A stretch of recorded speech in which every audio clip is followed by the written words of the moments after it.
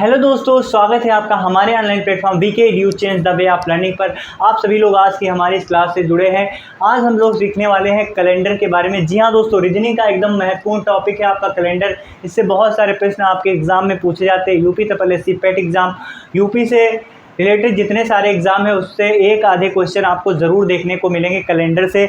एक दो क्वेश्चन आपको अवश्य देखने को मिलने वाले हैं कैलेंडर से। तो इसलिए आप लोग लास्ट तक बने रहेंगे। हमारे आज के सेशन में कहते हैं घड़ी हो या कैलेंडर, ऐसा पढ़ाएंगे कि सीधा आएगा आपके दिमाग के अंदर। तो आप लोग लास्ट तक बने रहेंगे हमारे आज के सेशन में। तो आज की इस क्लास में हम लोग सीखने वाले हैं कैलेंडर के बारे में बेसिक जानकारी, कि किस तरीके से हम कैलेंडर के बारे में बेसिक जानकारी पहले हम लोग एकत्र करेंगे, जिसके माध्यम से हम लोग सारे सवाल को आसानी से कर सकेंगे। तो आज के इस क्लास में हम लोग बेसिक जानकारी जानने वाले हैं कैलेंडर के बारे में। तो आप सभी लोग लास्ट तक बने रहेंगे, ऐसी हम आशा करते हैं। अगर फर्स्ट टाइम आप हमारे चैनल को विजिट कर रहे हैं तो चैनल को सब्सक्राइब करेंगे और साथ ही साथ में बेल आइकन को ज़रूर प्रेस करेंगे, जिससे आपको एजुकेशन से रिलेटेड सारी जानकारी जो है आपको सबसे पहले प्राप्त होगी। तो इसलिए सभी लोग एक बार चैनल को सब्सक्राइब करेंगे, साथ ही साथ में आज की क्लास को शेयर अवश्य करेंगे। अगर बात आती है कैलेंडर की दोस्तों, तो कैलेंडर में क्या क्या होता है सबसे पहले यह जानना हमारे लिए बहुत ही ज़रूरी होता है। हाँ दोस्तों, तो सबसे पहले यह जानना हमारे लिए बहुत ज़रूरी होता है। तो कैलेंडर में क्या क्या होता है? कैलेंडर में आपका होता है वर्ष, माह, और क्या होता है? वर्ष होता है, माह होता है, और होता है आपका दिन। क्या होता है? दिन। कैलेंडर में आपका वर्ष होता है, माह होता है, और क्या देखने को मिलता है? दिन देखने को मिलता है। ये सबको कॉमनली पता ही होता है। फिर अगर बात करी जाएगी वर्ष में, तो वर्ष से हम इसको स्टार्ट करते हैं। तो अगर बात करी जाएगी कैलेंडर में वर्ष की, तो कैलेंडर में दो तरह के वर्ष होते हैं। कितने तरह के वर्ष होते हैं? दो तरीके के। सबसे खास बात हमारे लिए यह है कि कैलेंडर को हिंदी में क्या कहा जाता है, बताएंगे कमेंट सेक्शन में। कैलेंडर को हिंदी में क्या कहा जाता है? तो वर्ष की अगर बात करी जाएगी तो वर्ष दो तरीके के होते हैं। एक तो होता है आपका साधारण वर्ष, ध्यान देंगे, साधारण वर्ष या फिर सामान्य वर्ष इसे बोलते हैं। क्या कहते हैं? साधारण वर्ष या फिर सामान्य वर्ष इसे कहते हैं, साधारण वर्ष। और एक तो होता है आपका लीप वर्ष। क्या होता है?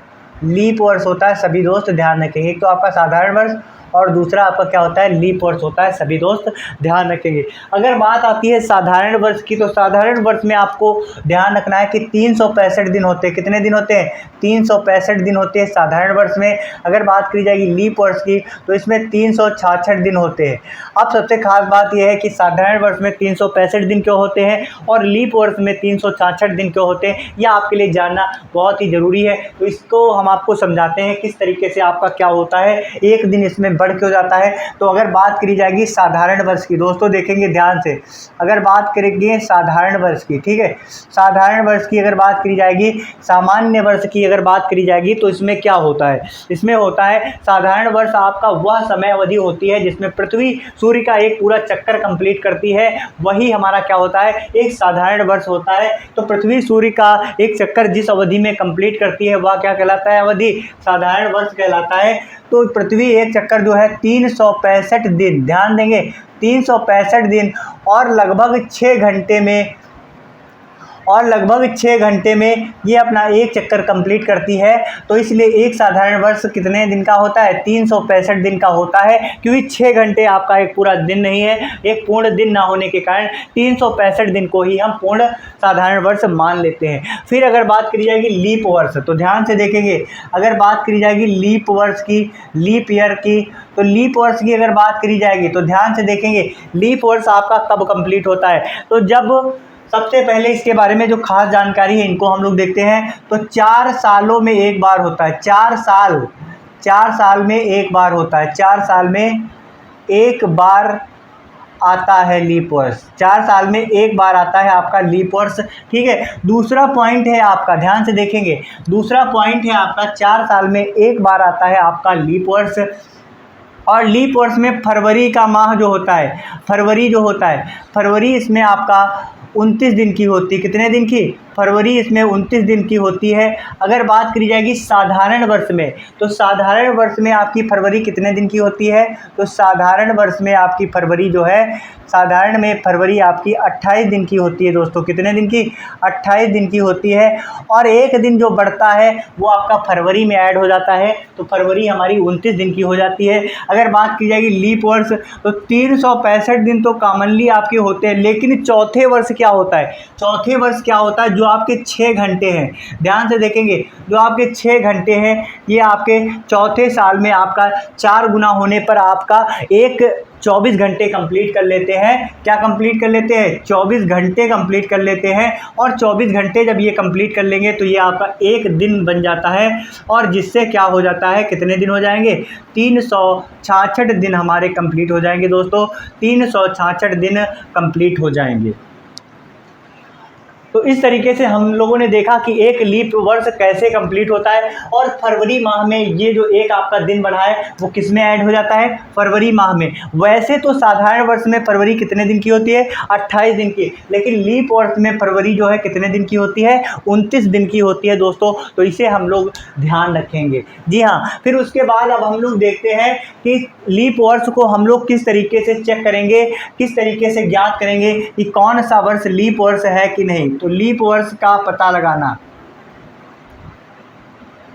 लीप वर्ष का पता लगाना कैसे पता लगाया जाएगा? ठीक है, लीप वर्ष का पता लगाना, ध्यान से देखेंगे तो लीप वर्ष का हम लोग पता कैसे लगाएंगे कि कौन सा वर्ष लीप वर्ष है अथवा नहीं है। तो ध्यान से देखेंगे, अगर हमको लीप वर्ष का पता लगाना है, अगर हमको दोस्तों लीप वर्ष का पता लगाना है तो 4 से हम लोग भाग करते, क्या करते हैं? 4 से जो वर्ष, ठीक है, 4 से जो वर्ष पूर्णतया विभाजित होते हैं, पूर्णतः विभाजित होते हैं, वो क्या कहलाते हैं?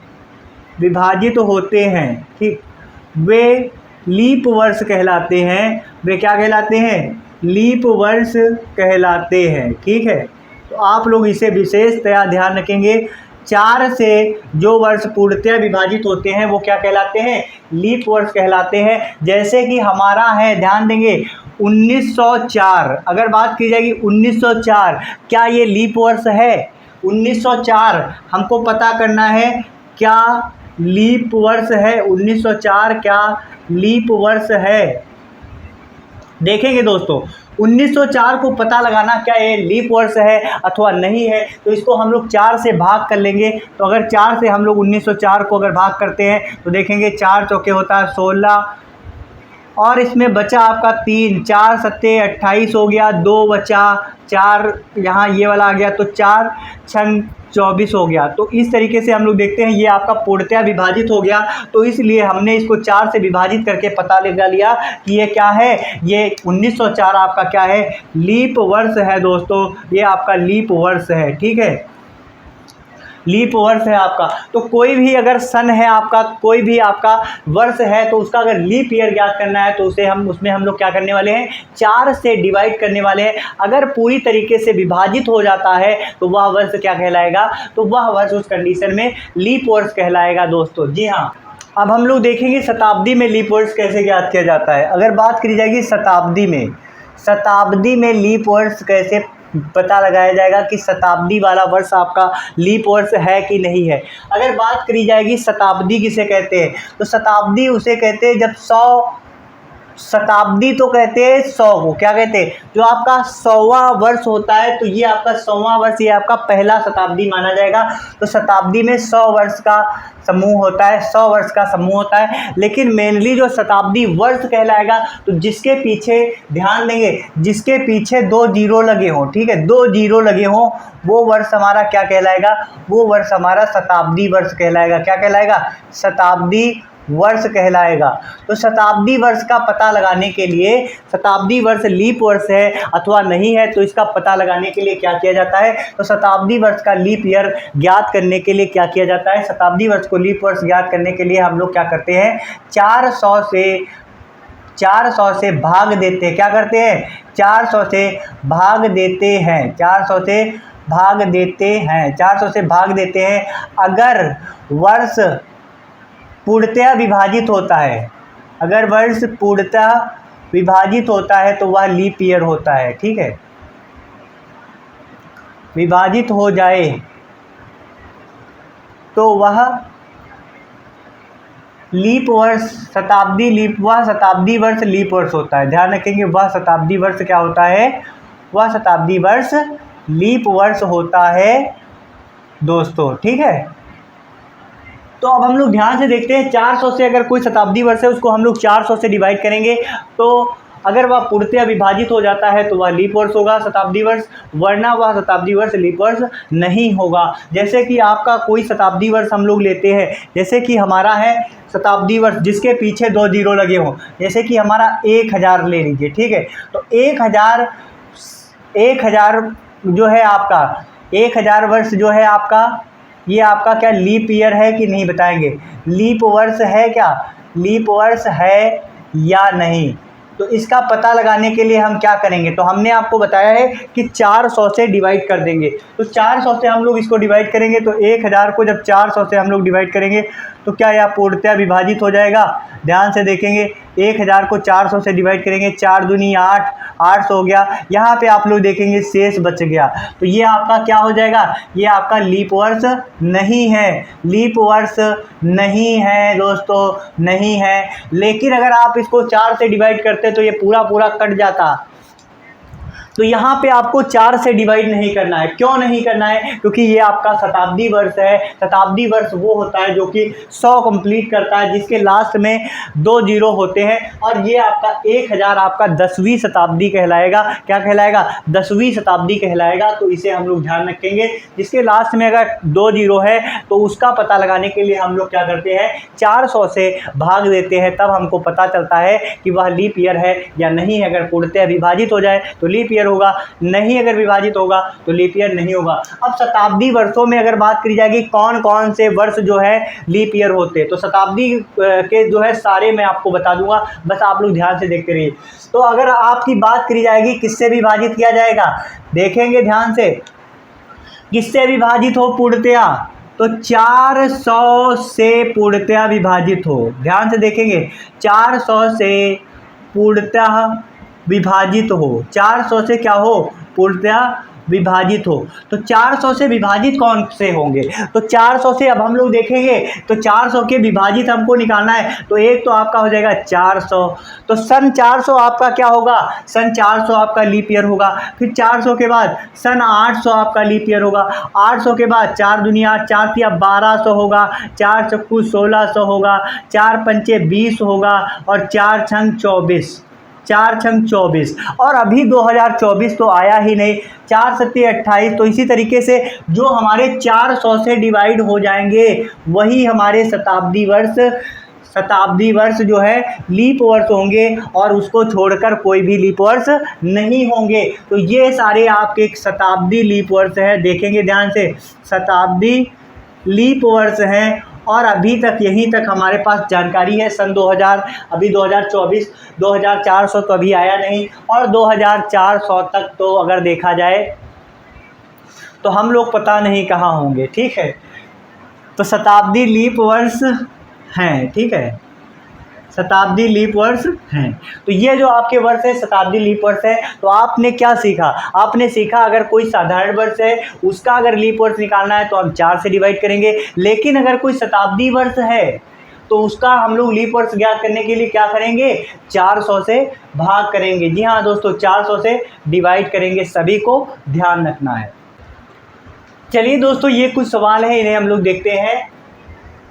निम्न में से कौन सा लीप वर्ष नहीं है, तो फटाफट से बताएंगे। हमने आपको सारा बताया किस तरीके से लीप वर्ष ज्ञात करेंगे, शताब्दी लीप वर्ष किस तरीके से ज्ञात करेंगे, लीप वर्ष किस तरीके से ज्ञात करेंगे। आप लोग फटाफट से बताएंगे निम्न में से कौन सा लीप वर्ष नहीं है।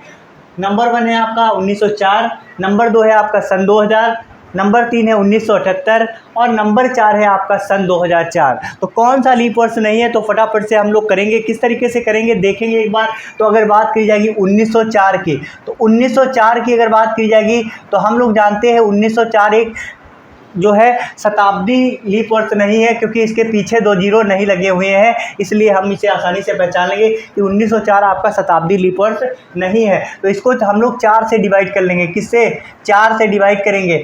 और 4 की विभाज्यता का नियम क्या है, इसे भी लेते जाइए। तो 4 की विभाज्यता का नियम ये होता है कि 4 को अगर किसी संख्या से विभाज्यता का नियम देखना है तो लास्ट के जो 2 डिजिट है अगर वो 4 से डिवाइड हो जाए पूरे तरीके से तो वो संख्या भी 4 से विभाजित हो जाएगी। तो 1904 में अगर हमको 4 से डिवाइड करना है तो आखिरी वाली 2 डिजिट से हम लोग करके देख लेंगे।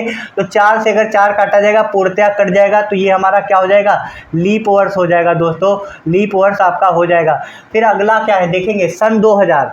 तो 2000 अगर है तो ध्यान से देखेंगे, अगर 2000 है तो 2000 में क्या होता है, हमने बताया था अगर लास्ट 2000 आपका क्या है, शताब्दी वर्ष है। क्या है, शताब्दी वर्ष है, क्योंकि 2000 में 2 जीरो लास्ट में है, इसलिए ये हमारा शताब्दी वर्ष है। तो इसको हम किससे करेंगे, तो अगर शताब्दी वर्ष होगा तो हम उसे 400 से डिवाइड करेंगे। हमने आपको बताया था 400 से डिवाइड होगा, आपको पता है 4 पंचे 20 होगा, पूरी तरीके से कट गया, शेष कुछ नहीं बचा, तो इसलिए ये क्या होगा, ये भी आपका हो जाएगा लीप वर्ष। क्या हो जाएगा, लीप वर्ष हो जाएगा। अगला है 1978।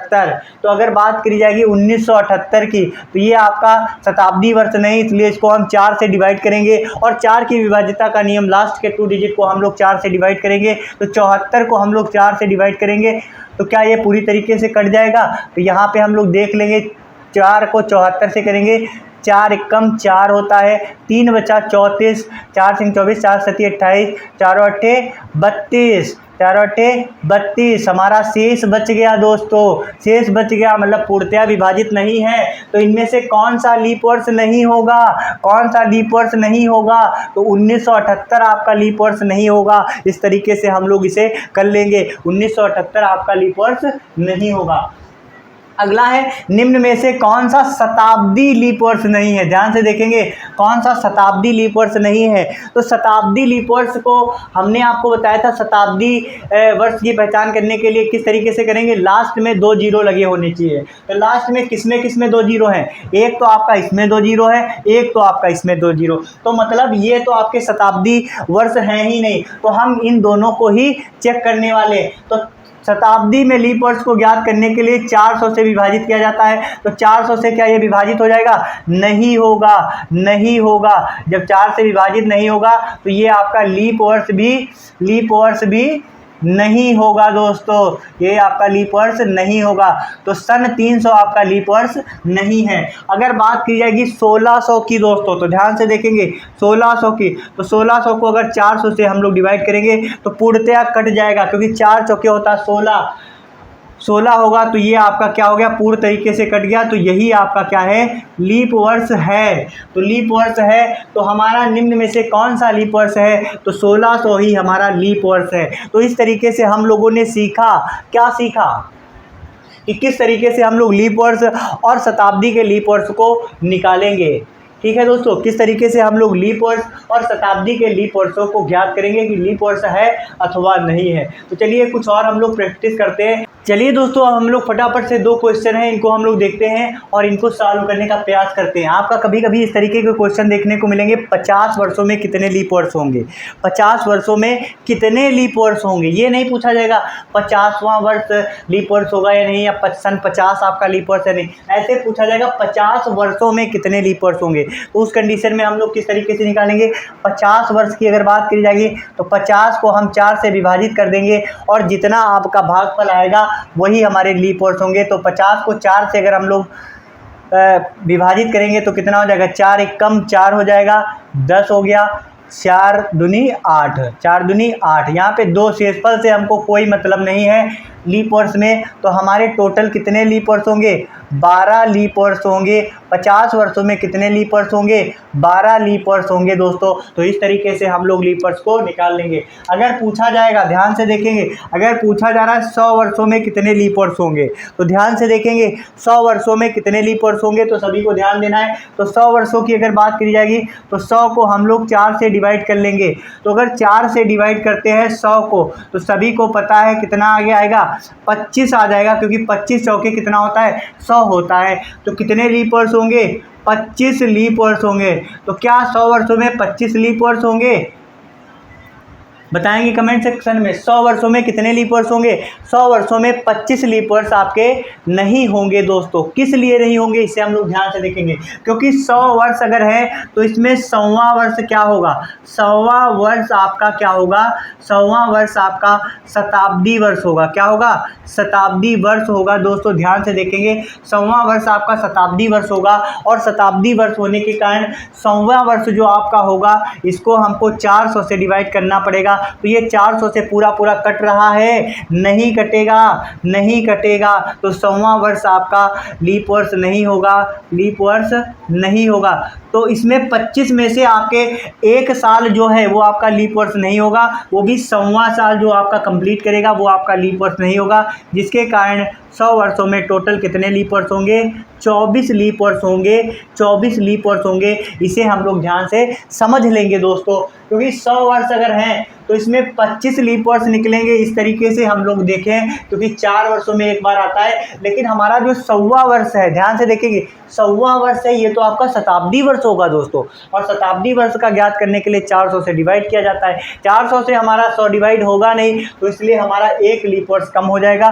हमारा सही एग्जैक्ट आंसर क्या हो जाएगा? 24 वर्ष हो जाएगा दोस्तों, 24 वर्ष हो जाएगा। हाँ, तो अब हम आगे देखने वाले हैं कुछ अन्य महत्वपूर्ण पॉइंट, क्योंकि आपके हमारे कैलेंडर से बेसिक से रिलेटेड है। दोस्तों, हम लोगों ने सीखा कैलेंडर में लीप वर्ष को, कि लीप वर्ष को किस तरीके से हम लोग निकालेंगे, शताब्दी में लीप वर्ष को किस तरीके से निकालेंगे।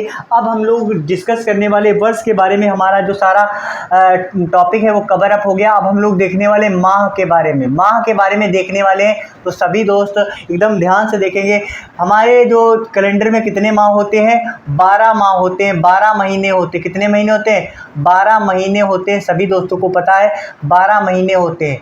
अगर बात की जाएगी कौन कौन से महीने होते हैं, तो ध्यान से देखेंगे, सभी दोस्त ध्यान से देखेंगे कौन कौन से महीने होते हैं। जनवरी,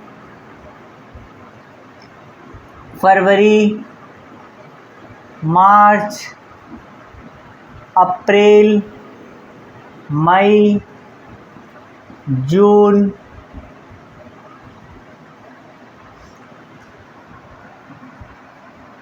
जुलाई, अगस्त, सितंबर, अक्टूबर, नवंबर और आपका होता है दिसंबर। दिसंबर दोस्तों, तो सभी लोग ध्यान रखेंगे। जी हाँ, सभी को ध्यान रखना है। अगर बात करी जाएगी जनवरी में माह में कितने दिन होते हैं, तो दिन देखेंगे जनवरी माह में कितने दिन होते हैं, सभी को बताना है कमेंट सेक्शन में। तो जनवरी माह में कितने दिन होते हैं? जनवरी माह में 31 दिन होते हैं। इसको कैसे याद किया जाएगा, अभी हम आपको ट्रिक बता रहे हैं। उसके बाद फरवरी माह में 28 या फिर 29 दिन होते हैं। अगर आपका साधारण वर्ष है तो 28 दिन होंगे, अगर आपका लीप वर्ष है तो आपके 29 दिन होंगे। फिर उसके बाद मार्च में आपके कितने दिन होते हैं? मार्च में आपके 31 दिन, अप्रैल 30 दिन होते हैं। फिर उसके बाद मई में आपके 31 दिन होते हैं। जून में आपके 30 दिन होते हैं। उसके बाद जुलाई में आपके 31 दिन होते हैं। अगस्त में आपके 31 दिन होते हैं। सितंबर में आपके 30 दिन होते हैं। अक्टूबर में आपके 31 दिन होते हैं। नवंबर में आपके 30 दिन होते हैं। दिसंबर में आपके 31 दिन होते हैं। ध्यान रखेंगे। तो अगर बात की जाएगी इसको हम लोग किस तरीके से याद रखेंगे, किस तरीके से याद रखेंगे, तो इसका एक तो तरीका ये है, एक कुछ लाइनें हैं जिनकी सहायता से हम लोग याद रख लेंगे। जून सितंबर जानिए, जून सितंबर जानिए, अप्रैल नवंबर 30। जून सितंबर जानिए, अप्रैल नवंबर 30। तो इसमें 4 महीने आपके हो गए, जून सितंबर अप्रैल नवंबर। तो ये 4 महीने 30 दिन के होते हैं। जून सितंबर जानिए, अप्रैल नवंबर 30। फरवरी 28 या 29, फरवरी 28 या 29, फरवरी 28 या 29। बाकी सब 31। बाकी सब जो महीने होते हैं वो कितने किसके होते हैं? 31 के होते हैं।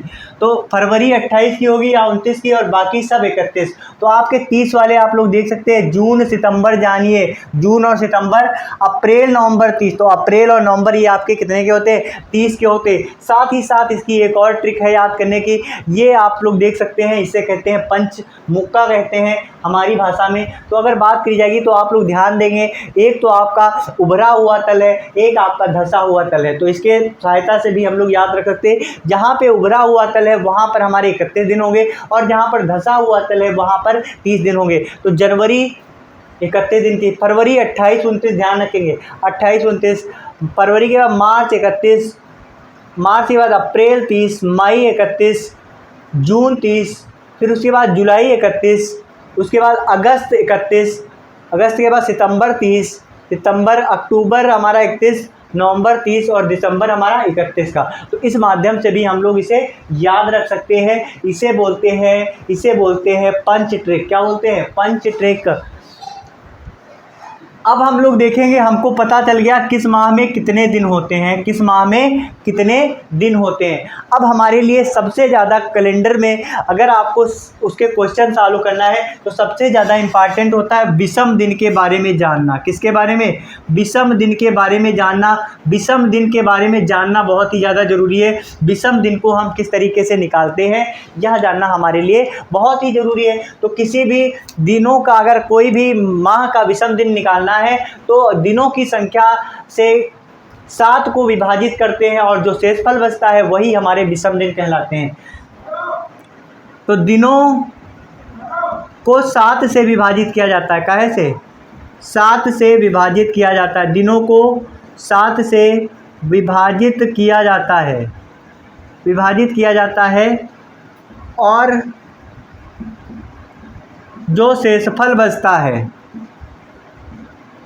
शेषफल बचता है वही विषम दिन होता है। क्या होता है? वही विषम दिन होते हैं। ठीक है, वही विषम दिन होते हैं। तो दिनों को 7 से विभाजित किया जाता है और उसमें जो शेषफल बचता है वही हमारा विषम दिन कहलाते हैं। तो सभी लोग ध्यान रखेंगे। अगर बात करी जाएगी विषम दिन को हम लोग किस तरीके से निकालेंगे, तो अब आपको पता है जैसे कि आपके माह में कितने कितने दिन होते हैं, तो आपका पता है 28 दिन होते हैं, 29 दिन होते हैं, 30 दिन होते हैं और आपके 31 दिन होते हैं। तो ध्यान से देखेंगे, अगर आपका महीना 28 दिन का है तो हम इसको 7 से डिवाइड कर लेंगे विषम दिन का पता लगाने के लिए। तो 7 से हम 28 को डिवाइड करेंगे तो 7 चौके 28, शेष कितना बचा? कुछ नहीं। तो 28 दिन के महीने में विषम दिन कितने होंगे? 0 होंगे। अगर 29 दिन का महीना है तो वहाँ पर 7 से हम डिवाइड करेंगे 29 को, तो आपको पता है 7 चौके 28 हमारा कितना हो जाएगा? 1 शेष बचेगा। तो 1 शेष बचेगा तो 1 विषम दिन हो जाएगा। 30 का महीना है तो वहाँ पर 2 बचेगा, क्योंकि अगर 29 में 1 विषम दिन है तो 30 में 2 होगा और 31 में कितने हो जाएंगे? 3 विषम दिन हो जाएंगे। तो इस तरीके से हम लोगों ने आसानी से निकाला। हमको बस इतना याद रखना है कि अगर विषम दिन निकालना है तो हम 7 से विभाजित करेंगे और जो शेषफल बचेगा वही हमारे विषम दिन कहलाएंगे। जी हाँ दोस्तों, वही हमारे क्या कहलाएंगे? विषम दिन। तो आप ध्यान से देखेंगे, जनवरी की अगर बात करी जाएगी तो जनवरी में विषम दिन यहाँ पर लिख लेंगे, किस महीने में कितने विषम दिन होते हैं, जिससे हम लोग आगे सवाल में हम लोगों को कोई प्रॉब्लम ना हो, हम लोग आसानी से चुटकियों में सवाल को हल कर सकें। तो एक बार सभी लोग बताएंगे फटाफट से, कमेंट सेक्शन में बताएंगे फटाफट से, सभी के आंसर आना चाहिए कि जनवरी में कितने विषम दिन होते हैं। अगर 31 का महीना है तो 3 विषम दिन, फरवरी में अगर 28 का महीना है तो 0 विषम दिन, 29 का महीना है तो 1 विषम दिन होगा, मार्च में 31 का महीना है तो 3 विषम दिन होंगे, अप्रैल में 30 का महीना है तो 2 विषम दिन होंगे, मई में 31 का महीना 3 विषम दिन, जून में 30 का महीना 2 विषम दिन, जुलाई में 31 का महीना 3 विषम दिन, अगस्त में 31 का महीना 3 विषम दिन, सितंबर में 30 का महीना 2 विषम दिन, अक्टूबर में 31 का महीना कितने विषम दिन होंगे? 3 विषम दिन, नवंबर में 30 का महीना कितने विषम दिन? 2 विषम दिन, दिसंबर में 31 का महीना कितने विषम दिन? 3 विषम दिन। तो इस तरीके से हम लोग विषम दिनों को भी आसानी से निकाल सकेंगे दोस्तों। बस आपके अंदर थोड़ा सा सीखने के लिए थोड़ा आपके अंदर उत्सुकता होनी चाहिए कि विषम दिन को हम किस तरीके से निकालते हैं। कोई भी चीज़ सीखी जा सकती है, कोई भी चीज़ तब तक कठिन होती है जब तक हम उस पर कार्य नहीं करते हैं, और जब हम उस पर कार्य करना स्टार्ट कर देते हैं तो वही चीज़ें आसान हो जाती है। तो विषम दिन को निकालने के लिए हम 7 से विभाजित करेंगे और शेषफल ही हमारा विषम दिन कहलाएगा। तो ये जो आपका चार्ट बन के तैयार हुआ है तो इसे आप लोग जरूर याद रखेंगे कि जनवरी ये आपके किस माह में कितने दिन होते हैं और साथ ही साथ में कौन कौन कितने कितने विषम दिन होते हैं, तो इसे हम लोग याद रखेंगे। अगर 1 जनवरी को सोमवार पड़ता है आपका, ठीक है, 1 जनवरी को सोमवार पड़ता है तो आपको ये ध्यान बात रखनी है कि आपका सोमवार दोबारा कब पड़ेगा। तो दोबारा सोमवार कब पड़ेगा इससे आपको पता लगाना है। तो दोबारा सोमवार कब पड़ेगा? तो आपको पता है सप्ताह में एक सप्ताह में 7 दिन होते हैं। कितने दिन होते हैं? 7 दिन होते हैं। ध्यान से देखेंगे 7 दिन होते हैं। अब दिनों के बारे में हम लोग समझ लेंगे, फिर हम लोग पता कराएंगे कि कब कौन से सन में। अब ऐसे हम आपको सवाल कराने वाले 15 अगस्त 1947 को कौन सा दिन था, या फिर 4 जुलाई सन 2004 को कौन सा दिन था, आप लोग आसानी से निकाल लेंगे। और इसकी हम बहुत ही शानदार ट्रिक आपको बताने वाले हैं। आपके लिए बहुत जल्दी ही ट्रिक वाली बहुत सारी वीडियोस हम आपके लिए लाने वाले, तो आप लोग लास्ट तक बने रहेंगे, ठीक है। तो सोमवार के बाद आपका होता है मंगलवार, ठीक है, ध्यान से देखते रहेंगे। मंगलवार के बाद बुधवार, बृहस्पतिवार, उसके बाद आपका होता है शुक्रवार, और उसके बाद आपका होता है शनिवार, और लास्ट में आपका क्या होता है? रविवार। तो अब आप लोग ध्यान से देखेंगे, ये आपके 7 दिन होते हैं, 1 2 3 4 5 6 7। तो अगर आज आपका 1 तारीख को 7 आपका सोमवार है, तो सोमवार अगर है तो ठीक 7 दिन बाद आपका कौन सा दिन पड़ेगा? ठीक 7 दिन बाद आपका कौन सा दिन पड़ेगा? 7 दिन बाद फिर आपका सोमवार पड़ेगा। तो अगर 1 जनवरी को सोमवार है तो ठीक 7 दिन बाद जो दिन होगा, 7 दिन बाद जो दिन होगा वो आपका कौन सा होगा? सोमवार होगा। तो 1 जनवरी को अगर सोमवार है तो ठीक 7 दिन बाद मतलब 8 जनवरी को कौन सा दिन होगा बताएंगे?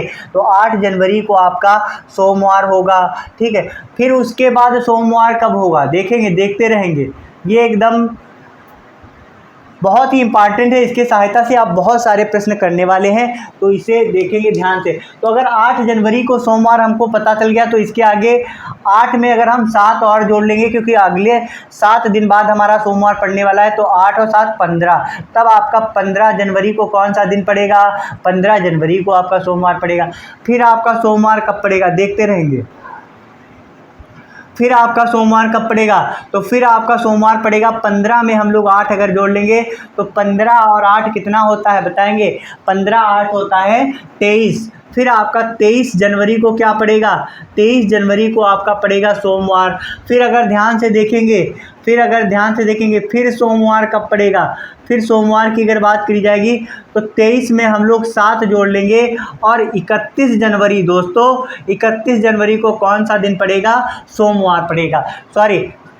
30 जनवरी को आपका कौन सा दिन पड़ेगा? 23 और 7 30 जनवरी को आपका सोमवार पड़ेगा। तो इस तरीके से हम लोग पता लगा सकते हैं कि कौन सा दिन कब पड़ेगा। सोमवार का दिन अगर 1 जनवरी को सोमवार है तो उसके बाद 7 दिन बाद 8 जनवरी को सोमवार होगा, उसके बाद 7 दिन बाद 15 जनवरी को सोमवार होगा, उसके बाद 7 दिन बाद आपका 7 दिन बाद 22 जनवरी, यहाँ पे 7 दिन बाद होगा, ठीक है। 15 और 7 22 जनवरी को आपका सोमवार होगा। 23 और 7 कितना होता है? 30, यहाँ पे सही कर लेंगे थोड़ा सा, यहाँ पे क्या हो जाएगा? 22 जनवरी है, तो 22 में अगर 7 जोड़ेंगे तो हमारा 29 हो जाएगा। 29 जनवरी को हमारा क्या पड़ेगा? 29 जनवरी को हमारा सोमवार पड़ेगा। 7 हम ऐड कर देंगे, कितना ऐड करेंगे दोस्तों? 7 हम इसमें जोड़ेंगे, और हमारा जो है अगला दिन जो है वही सेम होने वाला है, क्योंकि हर 7वें दिन के बाद वही दिन आपका रिपीट होने वाला है, तो इसे हम लोग ध्यान रखेंगे। ये दोस्तों ये कुछ बेसिक क्वेश्चन है जिनको हम लोग करने वाले हैं। 1 मार्च को यदि मंगलवार पड़ता है तो 20 मार्च को कौन सा दिन पड़ेगा? ध्यान से देखेंगे, 1 मार्च को यदि मंगलवार पड़ता है तो 20 मार्च को कौन सा दिन पड़ेगा? तो 1 मार्च को यदि मंगलवार पड़ता है, तो मैंने अभी आपको बताया था 1 मार्च को यदि मंगलवार पड़ता है, तो ध्यान से देखेंगे दोस्तों, मंगलवार पड़ता है, क्या पड़ता है? मंगलवार पड़ता है। तो अगला मंगलवार कब पड़ेगा इसको हम लोग देख लेंगे। तो अगला मंगलवार की अगर बात करी जाएगी तो कब पड़ेगा? अगला मंगलवार 7 दिन बाद पड़ेगा, तो 7 + 1 ये हो जाएगा, तो कितने कब पड़ेगा? 8 मार्च को पड़ेगा। फिर अगला मंगलवार कब पड़ेगा? फिर अगला मंगलवार आपका पड़ेगा 8 + 7 15 मार्च को पड़ेगा अगला मंगलवार। 15 मार्च को पड़ेगा अगला मंगलवार, क्योंकि हम 7 जब इसमें जोड़ेंगे तो हमारा 8 मार्च आ जाएगा, क्योंकि अगर 1 मार्च को मंगलवार है तो 7 दिन बाद आपका क्या आएगा? अगला मंगलवार आएगा, तो इसीलिए हमने 7 को ऐड कर लिया। फिर 8 मार्च के बाद अगला मंगलवार कब आएगा? 15 मार्च को आएगा। अब इसके बाद तो हमारा बनता नहीं, क्योंकि 20 मार्च पूछा जा रहा है, तो 15 में कितना और जोड़ दिया जाए जो 20 मार्च हो जाएगा। तो 20 मार्च पूछा जा रहा है, तो 20 मार्च मतलब 5वां दिन होगा। 15 मार्च के बाद 5वां दिन, 5वां दिन कौन सा होगा 15 मार्च के बाद? तो मंगलवार के बाद 5वां दिन कौन सा होता है बताएंगे? तो मंगलवार के बाद 5वां दिन कौन सा होता है? सभी दोस्त बताएंगे कमेंट सेक्शन में। तो मंगलवार के बाद 5वां दिन कौन सा होता है? बुधवार, बृहस्पतिवार, शुक्रवार, शनिवार, रविवार। कौन सा होता है? रविवार होता है दोस्तों। तो रविवार होता है। इस तरीके से हम लोग इसे आसानी से निकाल लेंगे। और अगर बात की जाएगी, इसकी एक दूसरा तरीका है जो हमने बताया था, विषम दिन। क्या बताया था? विषम दिन। तो विषम दिन से हम इसे किस तरीके से लगाएंगे? विषम दिन से हम इसे बड़ी आसानी से लगा सकते हैं, इसीलिए हमने आपको विषम दिन करवाया था। अब देखिए यहाँ पर किस तरीके से विषम दिन आपका काम आने वाला है। तो विषम दिन की अगर बात करी जाएगी, तो अगर एक ही पार्टिकुलर महीने को लेकर पूछा जा रहा है, एक ही महीने को लेकर पूछा जा रहा है, तो उस कंडीशन में हम इसे क्या करेंगे? बड़ी वाली संख्या को छोटी वाली से घटा लेंगे। ठीक है, तो 20 मार्च है, तो 20 को 1 से घटा लेंगे, कितना हो जाएगा? 19 हो जाएंगे। कितने दिन हो जाएंगे? 19 दिन हो जाएंगे। और 19 दिन में हम लोग क्या ज्ञात करेंगे? विषम दिन। तो विषम दिन को ज्ञात करने के लिए हम 19 को 7 से डिवाइड करेंगे और शेष कितना बचेगा? तो 7 को जब हम लोग 19 से विभाजित करेंगे तो शेष हमारा कितना बचेगा? तो शेष हमारा बचेगा 5। कितना बचेगा? 5। तो यहाँ भी हमारा 5, देखो 5वां दिन था, अब विषम दिन हमारा 5 हो गया। तो 5वां दिन हमारा कौन सा होगा? तो मंगलवार के बाद ही हम लोग देखेंगे, जहाँ से स्टार्ट हुआ था मंगलवार, तो मंगलवार के बाद 5वां दिन कौन सा होगा? तो मंगलवार के बाद 5वां दिन आपका होता है रविवार दोस्तों। क्या होता है? रविवार। तो इस तरीके से हम लोग इसे 2 टेक्निक से लगा सकते हैं और विषम दिन के माध्यम से आप लोग बहुत ही जल्दी लगा सकते हैं, एकदम आसान तरीके से। फिर अगला जो क्वेश्चन है उसे हम लोग देखते हैं। लिखा है यदि 7 जून को शनिवार पड़ता है, क्या पड़ता है? शनिवार, तो 4 जुलाई को क्या पड़ेगा? अब आप लोग इसमें देख रहे होंगे, थोड़ा सा आपको डर लग रहा होगा क्योंकि यहाँ पे जून है और यहाँ पे क्या है? जुलाई। तो 7 जून को शनिवार पड़ता है, तो 4 जुलाई को कौन सा दिन पड़ेगा? तो इस सवाल को हम लोग किस तरीके से करेंगे, हम लोग देखते हैं। तो 7 जून को अगर क्या पड़ता है? शनिवार पड़ता है दोस्तों। 7 जून को क्या पड़ता है? शनिवार पड़ता है। तो 4 जुलाई को क्या पड़ेगा? तो इसे हम लोग किस तरीके से लगाएंगे? तो आपको 2 तरीके से हम इसे लगाना बताएंगे। कितने तरीके से? 2 तरीके से लगाना बताएंगे। तो ध्यान से देखेंगे, इधर आपका बताएंगे जो बेसिक है और इधर आपका विषम दिन से लगाना बताएंगे, किस तरीके से विषम दिन के माध्यम से हम इस सवाल को आसानी से कर सकेंगे। तो अगर बात की जाएगी 7 जून को कौन सा दिन पड़ रहा है? शनिवार। तो ध्यान से देखेंगे, 7 जून को कौन सा पड़ रहा है? शनिवार। तो अगला शनिवार कब पड़ेगा? अगला शनिवार कब पड़ेगा बताएंगे? अगला शनिवार पड़ेगा कब पड़ेगा? 14 जून को, क्योंकि 7 इसमें जोड़ देंगे 7 जून में। तो ध्यान से देखेंगे, 7 जून था, 7 और जोड़ देंगे, कितना हो जाएगा? 14 जून। फिर उसके बाद 14 जून के बाद कब पड़ेगा? तो 14 में 7 जोड़ देंगे, कब पड़ेगा? शनिवार। तो 14, 7, 14, 21 जून हो जाएगा। 21 जून के बाद कब शनिवार पड़ेगा? तो 21 में 7 जोड़ देंगे, कितना आएगा? तो 21 में हम लोग 7 जोड़ देंगे तो हमारा आएगा 28 जून। कितना आएगा? 28 जून। अब इसके आगे हमारा तो बन नहीं रहा क्योंकि अगला है हमारा 4 जुलाई। तो 28 जून के बाद जून में हमारे कितने दिन बचे हैं? तो जून में हमारे 2 दिन बचे हैं। तो ध्यान से यहाँ पे लिख लेंगे, जून में हमारे कितने दिन बचे हैं, यहाँ पर हम लोग समझेंगे इसको। तो जून में हमारे कितने दिन बचे हैं? तो जून में हमारे 2 दिन बचे हैं, क्योंकि जून हमारा 30 दिन का होता है, 30 दिन का होता है। तो 2 दिन जून के बचे हैं और जुलाई में चौथा दिन आपको देखना है, जुलाई में चौथा दिन देखना है। तो टोटल आपके कितने हो गए? 2 और 4 मिला के 6 दिन, 6 दिन हो गए। तो आपका छठा दिन कौन सा होगा बताएंगे कमेंट सेक्शन में। शनिवार के बाद छठा दिन कौन सा होगा? शनिवार के बाद छठा दिन कौन सा होगा? तो शनिवार के बाद छठा दिन हम लोग देखेंगे रविवार, सोमवार, मंगलवार, बुधवार, बृहस्पतिवार और शुक्रवार। तो शनिवार के बाद छठा दिन हमारा कौन सा पड़ेगा? तो शनिवार के बाद छठा दिन हमारा पड़ेगा शुक्रवार। तो इस तरीके से हम लोग इसे लगा सकते हैं दोस्तों, आसानी से एकदम। अगर बात की जाएगी विषम दिन की, तो इस टेक्निक से हम लोग इसे कैसे लगाएंगे? विषम दिन से इसे हम लोग कैसे लगाएंगे? यहाँ पे तो आपको हमने बताया था कि अगर 1 महीना है तो बड़ी वाली से छोटे वाले को घटा लेंगे, लेकिन इस कंडीशन में हम लोग इसे कैसे लगाने वाले हैं, हम लोग समझते हैं इसे। ठीक है, तो यहाँ पर लिखा 7 जून। तो आपको सबसे पहले ध्यान देना है, जून माह में कितने दिन होते हैं? 30 दिन होते हैं। कितने दिन हो गए? 7 दिन हो गए। बचे कितने दिन? तो बचे हमारे 23 दिन। कितने दिन बचे?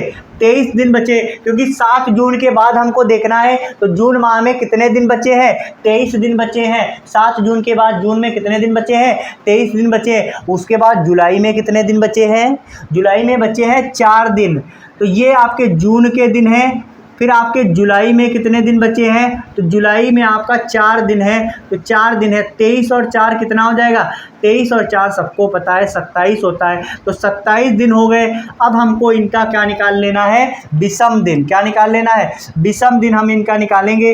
तो विषम दिन निकालने के लिए 27 को हम लोग क्या करेंगे, 7 से डिवाइड करेंगे। 7 यहाँ कितना होता है 21, बचा शेष कितना 6। दोस्तों विषम दिन कितने आ गए, तो विषम दिन आ गए 6। और छठा दिन आपको पता होना चाहिए कि शनिवार के बाद छठा दिन कौन सा आएगा, तो अभी मैंने आपको बताया था शुक्रवार आएगा। दोस्तों जी हाँ, शुक्रवार आएगा। तो इस तरीके से हम लोग इसे लगा लेंगे। तो आज की हमारी बेसिक क्लास आपको कैसी लगी कमेंट सेक्शन में एक बार अवश्य बताएंगे। कहते हैं घड़ी हो या कैलेंडर हम पढ़ाएंगे तो सीधा जाएगा आपके दिमाग के अंदर। तो आप लोग लास्ट तक बने रहे, इसके लिए बहुत बहुत धन्यवाद। और साथ ही साथ हम इसके आगे करने वाले बहुत ही कुछ इंपॉर्टेंट क्वेश्चन की प्रैक्टिस करने वाले हैं। तो आप लोग हमारे साथ बने रहने के लिए चैनल को सब्सक्राइब अवश्य करेंगे।